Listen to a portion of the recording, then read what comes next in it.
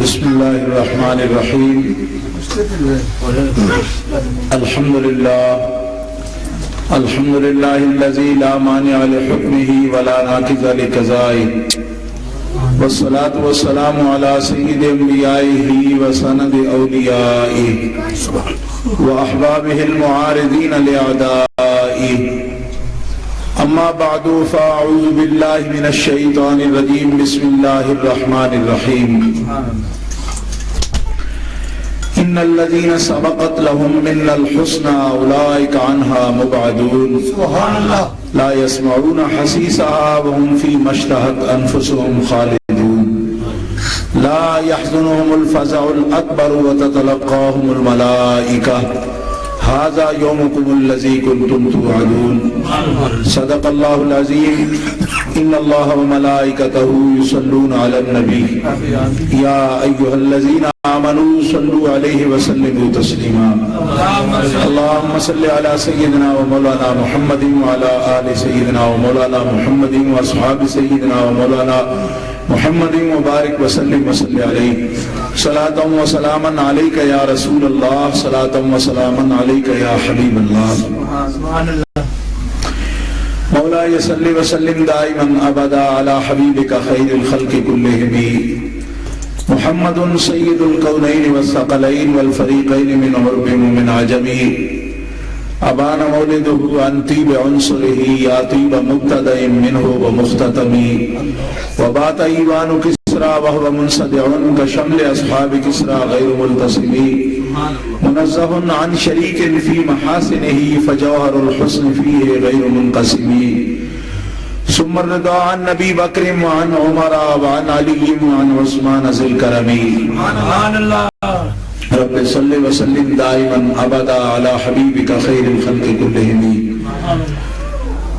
اللہ تبارک و تعالی جل جلالہ وعم نوالہ وعظم شانہ واتم برہانہ کی حمد و ثنا حضور رحمت عالم نور مجسم شفیع معظم قائد المرسلین سید النبیین امام الاولین والآخرین جناب محمد مصطفیٰ احمد مجتبیٰ صلی اللہ علیہ وآلہ واصحابہ وبارک وسلم کی بارگاہ اقدس و انور میں حدیہ درود و سلام عرض کرنے کے بعد معزز و محترم سامعین حاضرین اہل اسلام اہل سنت و جماعت عاشقان مصطفیٰ آج کی یہ مبارک محفل ماہ ربیع الاول کے اختتام پر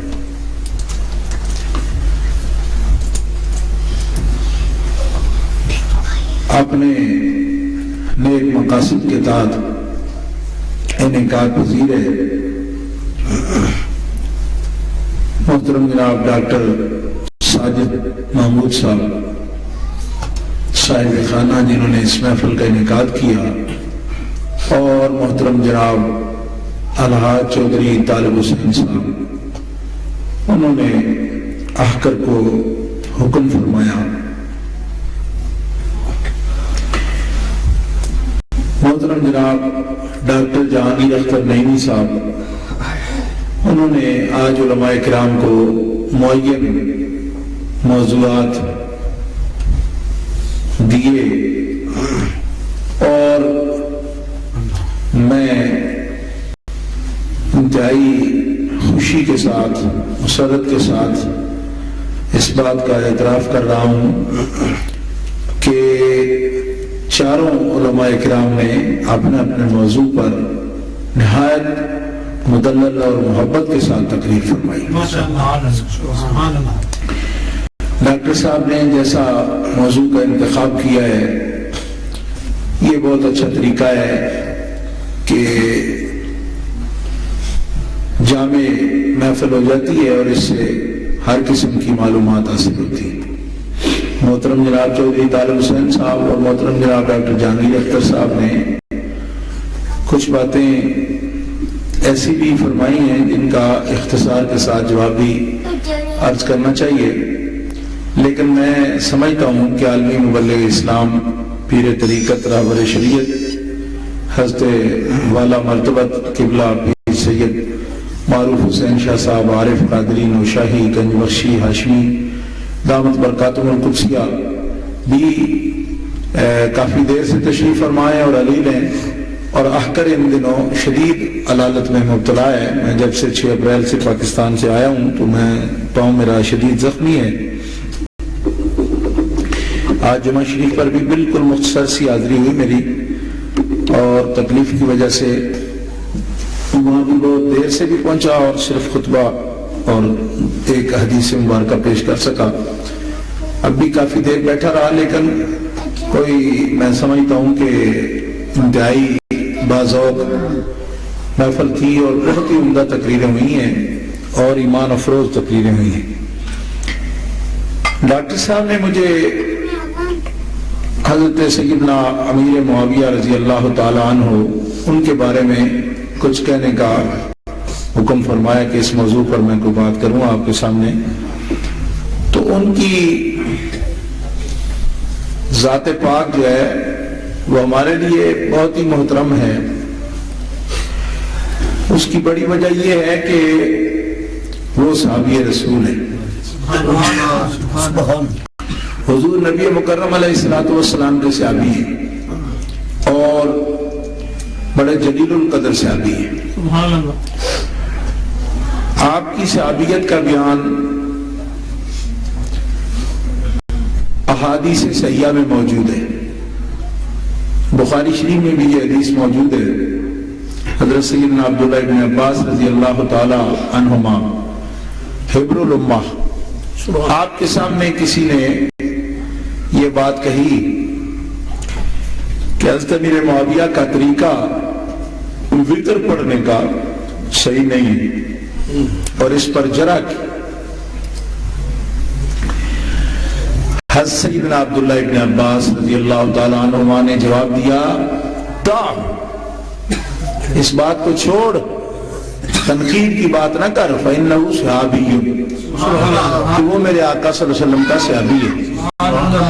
اور صحابی پر جرا کرنا اور اس طرح کی بات کرنا، صحابہ کی شان اس سے بلند ہے، ان پر جرا نہیں کی جا سکتی۔ اور محدثین کا طریقہ بھی نہیں ہے کہ وہ صحابہ پر جرا کریں۔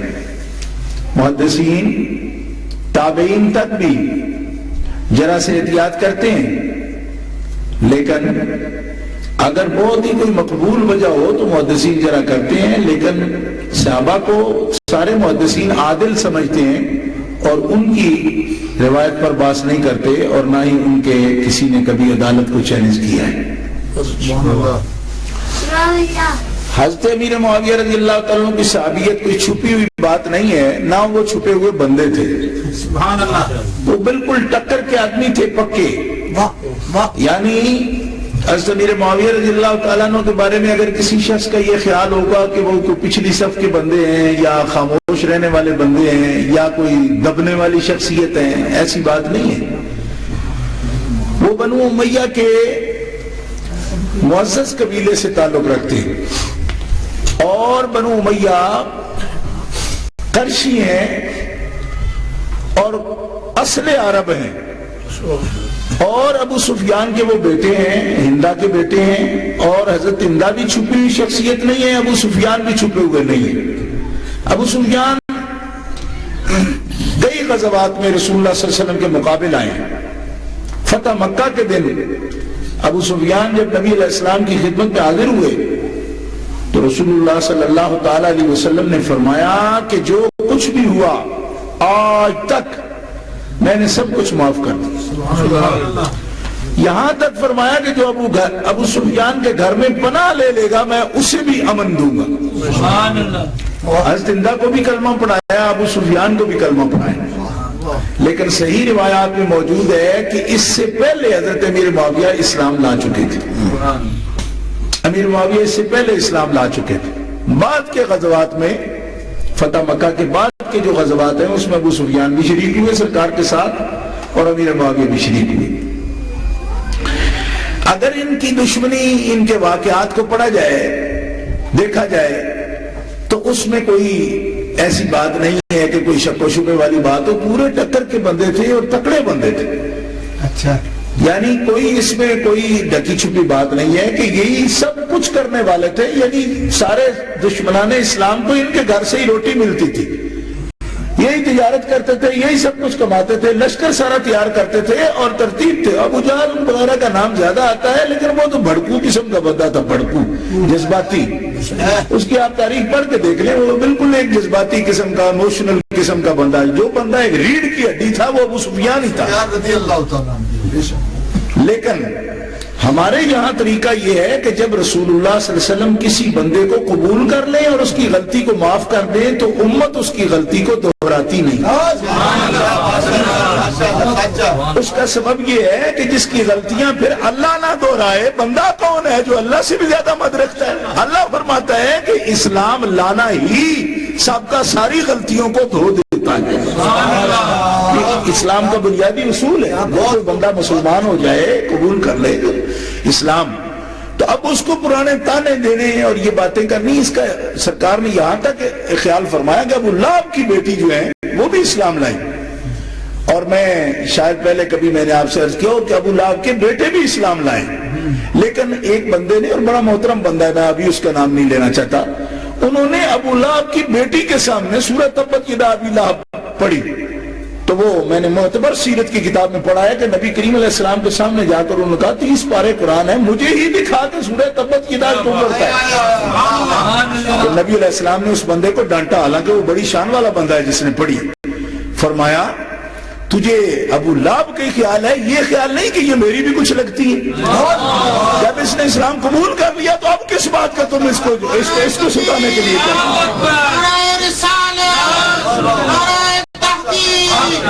تو ابو لہب کے حوالے سے چڑھانا تمہیں یاد ہے، محمد عربی کے حوالے سے ان کے ساتھ اچھا سلوک کرنا یہ تمہیں یاد ہی نہیں ہے. تو جب تک دشمن تھے اور پکے دشمن تھے، ڈنکے کی چوٹ دشمن تھے.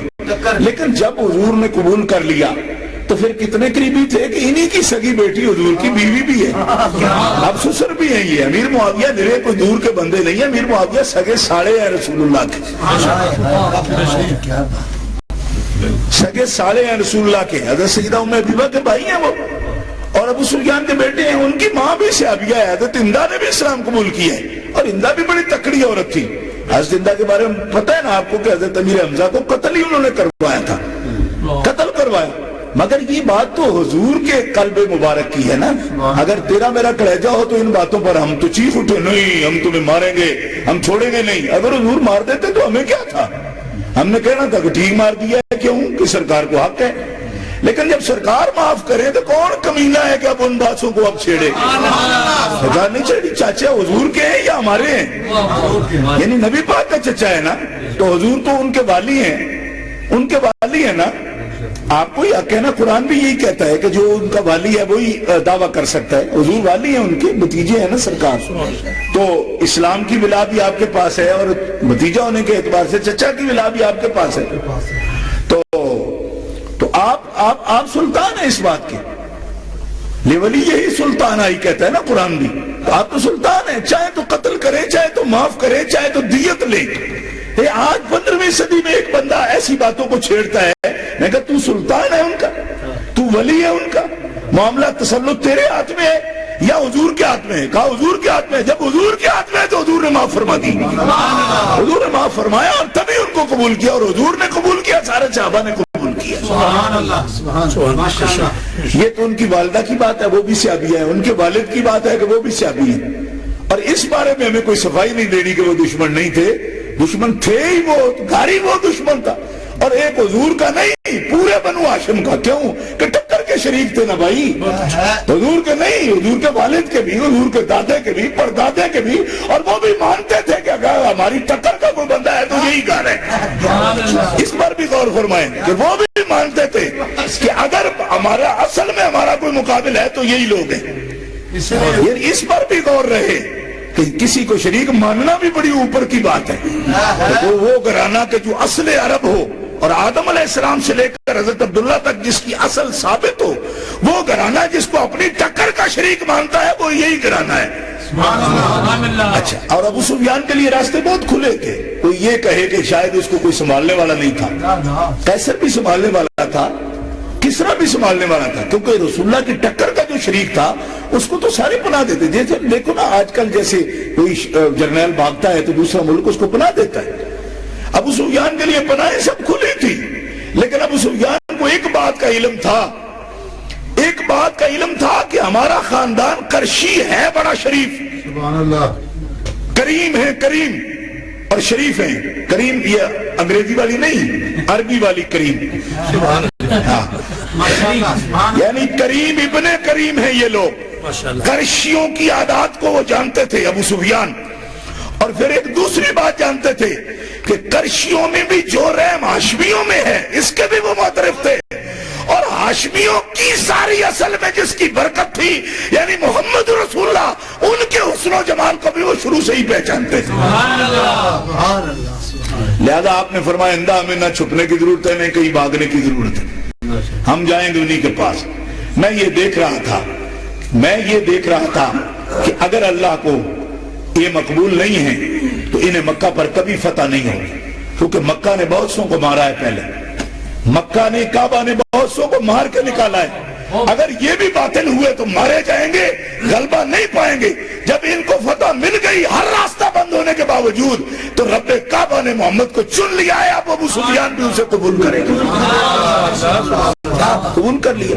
حضرت امیر معاویہ نے بیعت اس سے پہلے کی، اور یہ بات صحیح احادیث میں موجود ہے، اور صحابہ نے تسلیم کیا کہ وہ صحابی رسول ہیں۔ پھر نبی کریم علیہ السلام کے خطوط لکھتے رہے۔ اس میں بعض محدث اختلاف کرتے ہیں کہ کیا وحی بھی لکھی، لیکن اجلہ محدثین کہتے ہیں کہ وحی کی بھی کتابت کی ہے انہوں نے، اور خطوط کی جو کتابت ہے مکتوب وغیرہ، اس کا تو کسی نے جھگڑا ہی نہیں کیا کہ دوسرے ملکوں کے بادشاہوں کو نبی کریم علیہ السلام نے جو خط لکھوائے تو امیر معاویہ سے لکھوائے۔ کیوں؟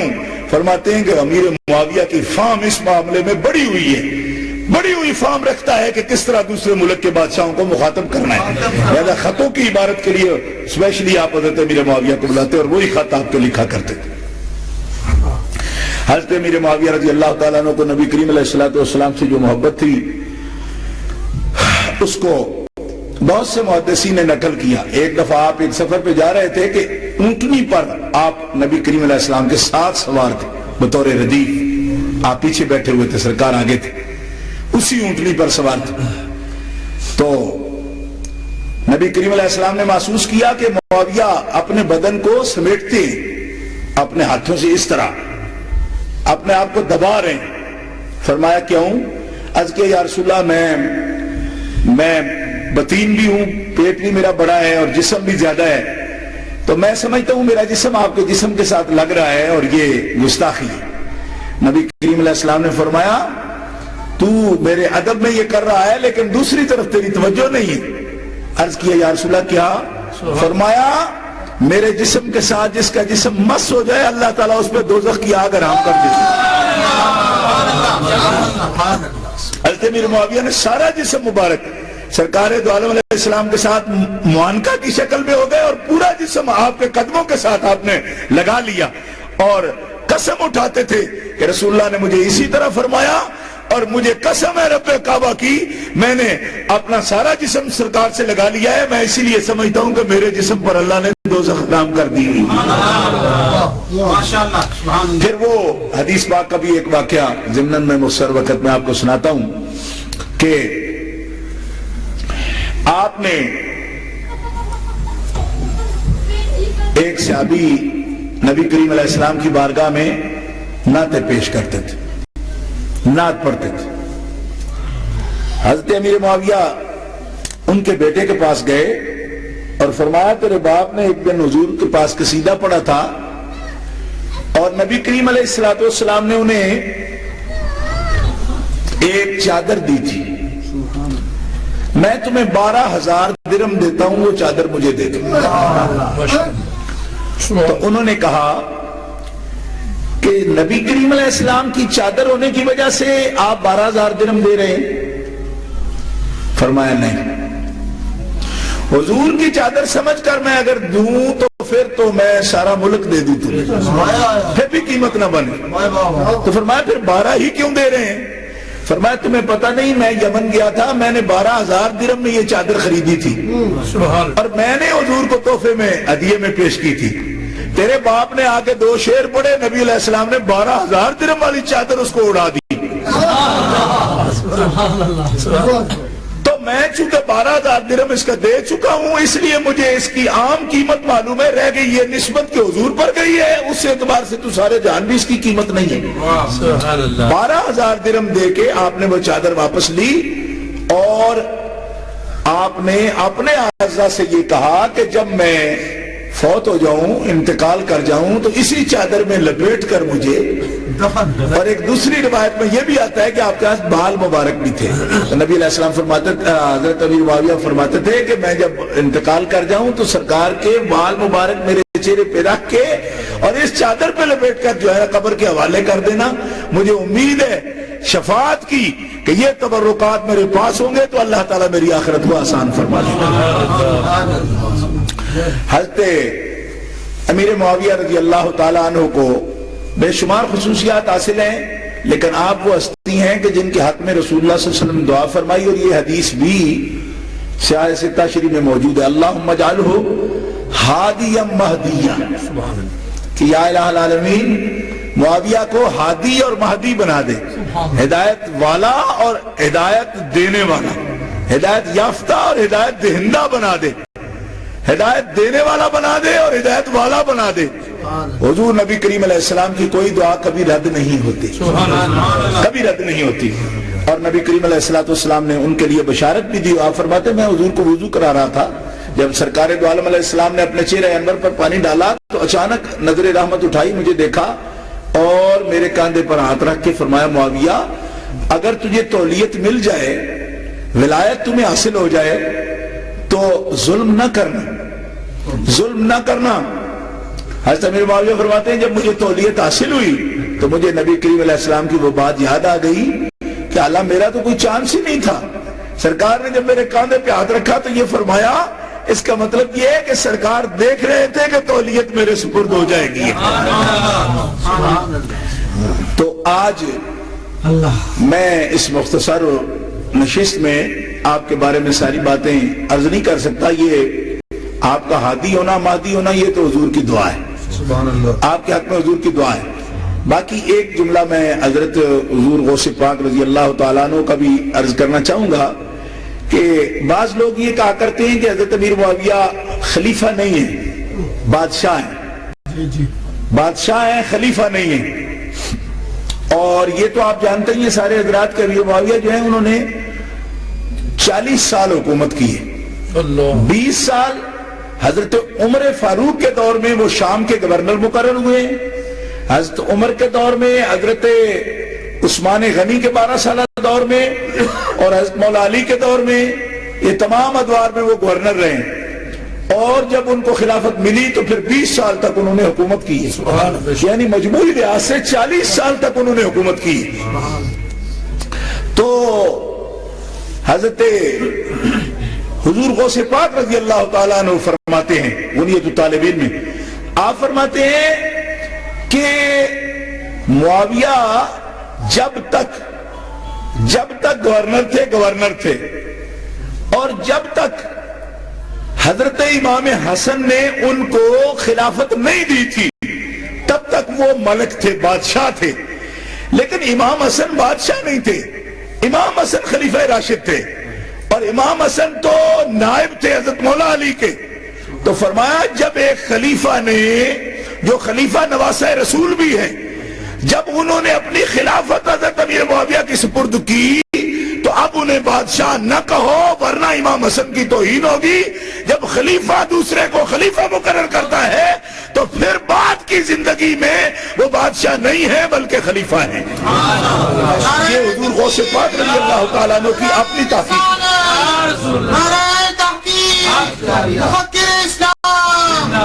یعنی حضور غوث اعظم رضی اللہ تعالیٰ عنہ کی یہ تحقیق ہے کہ جب تک حضرت امام حسن نے خلافت ان کے سپرد نہیں کی تب تک، پہلے تو وہ تھے ہی گورنر، لیکن اس عرصہ میں ان کو بادشاہ کہہ سکتے ہو، مگر جب ایک خلیفہ نے برضا اور رغبت خلافت ان کے سپرد کر دی تو اب ان کو ملک عزوز میں شمار نہ کرو، اب وہ خلیفہ ہیں، کیونکہ ایک خلیفہ راشد نے خلافت ان کے حوالے کر دی ہے، اس لیے اب ان کو خلیفہ نہ ماننا یہ ضد اور اناد ہے، اور یہ ہمارے حضور غوث اعظم شہنشاہ بغداد کی تحقیق ہے جو میں آپ کی خدمت میں پیش کر رہا ہوں۔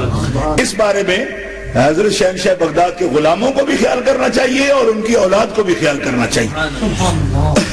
گرامی قدر حضرات، اب میں آپ کے سامنے صرف 2 باتیں عرض کر کے اجازت چاہتا ہوں، وہ یہ ہے کہ ابھی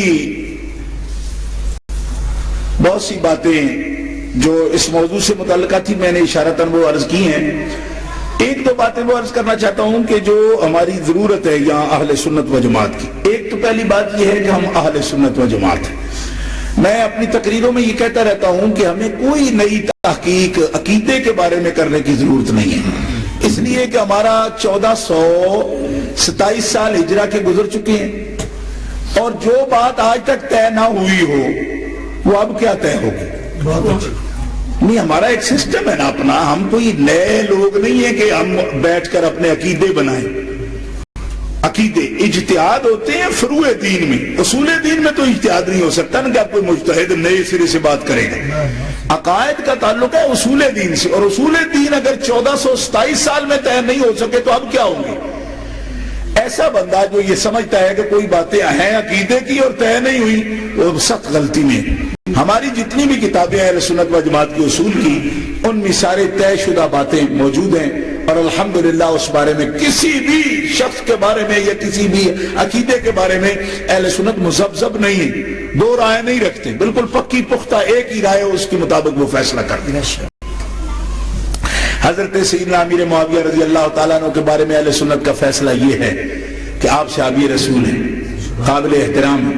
جو شخص ان پر بھی سب و شتم کرتا ہے، گالیاں بکتا ہے ان کو، وہ شخص ملعون ہے، اور اگر وہ اپنے آپ کو اہل سنت و جماعت کہلاتا ہے تب بھی مردود ہے، اور اس شخص کی امامت مکروہ تحریمہ ہے، مکروہ تحریمہ ہے، اور اگر اس کے پیچھے نماز پڑھی گئی، کسی نے پڑھ لی غلطی سے، تو واجب الاعادہ ہے، جو صرف حضرت امیر معاویہ کو بھی برا بھلا کہتا ہو۔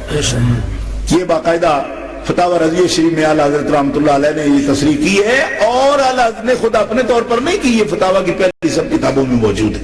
کسی بھی صحابی کے بارے میں اس طرح کی بات کرنا ٹھیک نہیں ہے، اور یہ کہاں لکھا ہے کہ ٹھیک نہیں ہے؟ کیونکہ عموماً اس بارے میں یہ سمجھتا ہوں کہ شیعہ جو ہیں ان کے حوصلے بڑے بڑے ہوئے ہیں حوصلے، اور بڑھائے بھی اپنے لوگوں نے، خود نہیں بڑھ سکتے۔ آپ دیکھیں نا کہ کتنے بڑے ظلم ہمارے لوگ کرتے ہیں، کہ اب دیکھیں ہم سنی ہیں نا جی، ہم سنی ہیں، اچھا ہمارے ادارے ہیں، ہماری مسجدیں ہیں، کیا آپ یہ پسند کریں گے کہ کوئی شیعہ عالم ہو اور وہ آپ کی مسجد میں آگے تقریر کرے؟ بالکل نہیں کریں گے آپ؟ اچھا، اسی طرح آج نئے دور کی ایک ایجاد ہے، اس کو کہتے ہیں ویب سائٹ، ہے نا؟ یہ ایک نئی ایجاد ہے، انٹرنیٹ پر لوگ بناتے ہیں اپنا ایک سلسلہ۔ اب بتائیں جو ویب سائٹ میں بناؤں تو میں اہل سنت کا خادم ہوں، اور چند لوگ مجھے پہچانتے ہیں کہ یہ سنی ہے، تو میں اگر اس پر شیعہ کی تقریریں نشر کرتا ہوں تو پھر میں کیا ہوں؟ کس لیے کرتا ہوں؟ جی میرا آپ سے سوال ہے، شاید آپ سمجھیں یا نہیں سمجھیں اس پر۔ مطلب ہے ہماری ویب سائٹ ہے، ویب سائٹ پر کوئی تقریر دوسری داخل تو نہیں کرتا نا آکے، جی باقاعدہ نشر ہوتی ہیں، اور ہمارے کیٹلاگ میں لکھا ہوا ہے، فہرست میں باقاعدہ لکھا ہوا ہے کہ یہ تقریر ہے شیعہ کی، اور منع پر ونہ شیعہ مولوی ہے، ہم اس کی تقریر نشر کر رہے ہیں۔ اچھا، پھر یہ ہے کہ شیعہ اگر مجھ سے کوئی سوال کرتا ہے جی، تو ہماری ویب سائٹ دن میں 4 مرتبہ کہتی ہے کہ فلاں سنی مولوی اس شیعہ کا جواب کیوں نہیں دیتا، تو خود جو اس کو بنانے والا ہے وہ خود اہل سنت کا ورلڈ لیڈر ہے، ورلڈ یعنی خود کو یہ کہتا ہے کہ میں جماعت اہل سنت کا ورلڈ کا لیڈر ہوں، پورے ورلڈ کا، تو آپ دوسروں کو کیوں مشورہ دیتے ہیں جی؟ جب آپ ورلڈ کے صدر ہیں تو سنیوں سے چندے ہدیے آپ لیں گے اور جواب کوئی دوسرا دے گا؟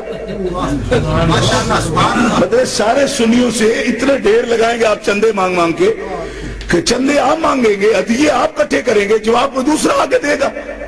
جب سارے اہل سنت کے چاچے مامے آپ ہیں تو جواب بھی تو آپ کو ہی دینے ہیں نا، جواب آپ دوسرے سے مانگ رہے ہیں۔ مناظر اسلام، برہان اہل سنت، برہان اہل سنت، ماشاءاللہ۔ اور ویب سائٹ پر یہ تقریر موجود ہے، مجھے فون آئے، یہ تقریر ہے، مسئلہ دوسرے مسالک کا نہیں ہے، بابیہ کا کوئی مسئلہ نہیں ہے، کیوں؟ کوئی کھلا دشمن ہے، اس کا مقابلہ کر سکتی ہے۔ وکھی جو جڑی مار پوندی یہ نا کس طرح مقابلہ ہوتا ہے؟ یعنی بنے ہوئے سنی، چوغے سنیوں کے، جلسے سنیوں کے، جلوس سنیوں کے، آنا جانا سنیوں میں جیل سازی یہ ہے، اور اس کا مقابلہ کرنا مشکل ہے، اور ہم تو نہیں کر سکتے، سیدھی سی بات ہے۔ اس لیے کہ مقابلہ کرنے کے لیے بندے کو آزاد حیثیت سے کام کرنا پڑتا ہے، اور یہاں کے جو تنظیمیں ہیں، یہاں کے جو سلسلے ہیں، اس میں اس ادھیڑ بن میں ہمیں تو کوئی سمجھ نہیں آتی وہ کیا ہو سکتا ہے۔ اس کا مقابلہ چیز صاحب آپ کر سکتے ہیں، ڈاکٹر جہانگیر صاحب کر سکتے ہیں، لیکن میں ڈاکٹر صاحب سے بھی گلہ کروں گا کہ یہ پارٹ ٹائم جاب نہیں ہے کہ جب آپ کا دل کرے آپ کچھ کر لیں اور جب دل کرے کام چھوڑ جائیں، یہ نہیں ہو سکتا۔ میں نہیں کہتا آپ کو کہ میرے پیچھے لگ کے کرو، میرے پیچھے نہیں، میری خود کوئی حیثیت نہیں ہے، میں کہتا ہوں کہ ہم آپ کے پیچھے آنے کو تیار ہیں، لیکن یہ کام پارٹ ٹائم نہیں ہے، فل ٹائم جاب ہے۔ اگر اہل سنت کی چوکیداری کرنے کا دل میں ہے خیال، ولولہ ہے نا، تو پھر میدان میں آؤ۔ اس طرح نہیں ہوتا کہ ایک مرحلہ پر بات ہو جائے، دوسرے مرحلہ پر چھٹی ہو جائے، اور بندہ جو بات کرنے والا ہے وہ پھنس جائے، اور گنڈے بدماش اس کو فون کرتے پھریں کہ ہم تو تیرا کمرہ جلا دیں گے، اور کوئی سننے والا موجود نہ ہو، ہم کس سے کہیں جا کے جناب؟ اس بارے میں آپ غور فرمائیں، اس لیے کہ سرکار کا فرمان ہے کہ جو کفر میں تکڑے ہوں نا بندے، اسلام میں بھی وہی تکڑے ہوتے ہیں۔ اب میں کس آدمی کو جا کے کہوں خیارکم فی الجاہلیت خیارکم فی الاسلام؟ آپ نے ابھی مولانا ساجد صاحب کی تقریر سنی نا، وہ کہہ رہے تھے بھئی اکیلا عمر ہی ہے جس نے یہ اعلان کیا۔ کیوں کیا؟ اس لیے کہ کفر میں تکڑا تھا نا، اسلام میں وہی تکڑا ہے۔ آپ ایسے لیپا پوتی کر کے ہم بندے کو کہتے رہے یہ بھی بندہ ہے، یہ بھی بندہ ہے، تو بندے نہیں بنتے اس طرح، بندے بنتے ہیں کوئی اصل ہو، اس کی پیر میں کوئی جان ہو تھوڑی۔ اہل سنت و جماعت کو کوئی تکلیف نہیں ہے شیعہ سے، شیعہ کا ہم مقابلہ کرتے ہیں، رب کعبہ کی قسم ہماری ایک چپیڑ نہیں کوئی اٹھا سکتا آپ کو، لیکن کوئی بنیاد تو ہو، بنیاد ہی کوئی نہیں، بنیاد کوئی نہیں۔ جو لوگ خود جیل ساز ہیں وہ ہمارے لیڈر ہیں، جیل سازی کرتے ہیں۔ ابھی اسی جیل ساز آدمی نے تقریر کی ہے، اس کی ویب سائٹ پر موجود ہے، وہ کہتا ہے کہ میں نہیں مانتا ابو بکر صدیق کو افضل، کیوں کہ جمہور تو اسے افضل کہتے ہیں، لیکن میں جمہور کے ساتھ نہیں ہوں۔ جو جمہور کے ساتھ نہیں ہو، جمہور اس کی تقریر کس لیے سنتے ہیں؟ مجھے جواب دیں اس بات کا۔ جو خود اپنی زبان سے اقرار کرے کہ میں جمہور کے ساتھ نہیں ہوں، تو جمہور اس کی تقریر کس لیے کراتے ہیں؟ جمہور اس کو لیڈر کس لیے سمجھتے ہیں؟ جس آدمی کو اتنی جرت ہو کہ کھڑے ہو کر پبلک میں کہہ سکے کہ نعرہ تحقیق کا ثبوت کوئی نہیں ہے، آپ سننی ہے، پھر ان کی تقریریں سنتے ہیں، ان کی تقریریں کراتے ہیں، ان کی تقریریں آپ سنتے ہیں، اور پھر جناب والا کہتے ہیں مقابلہ نہیں ہو سکتا، علماء بتا نہیں سکتے۔ علماء بیچارے کیا کریں، کس کو بتائیں اور کیا بتائیں؟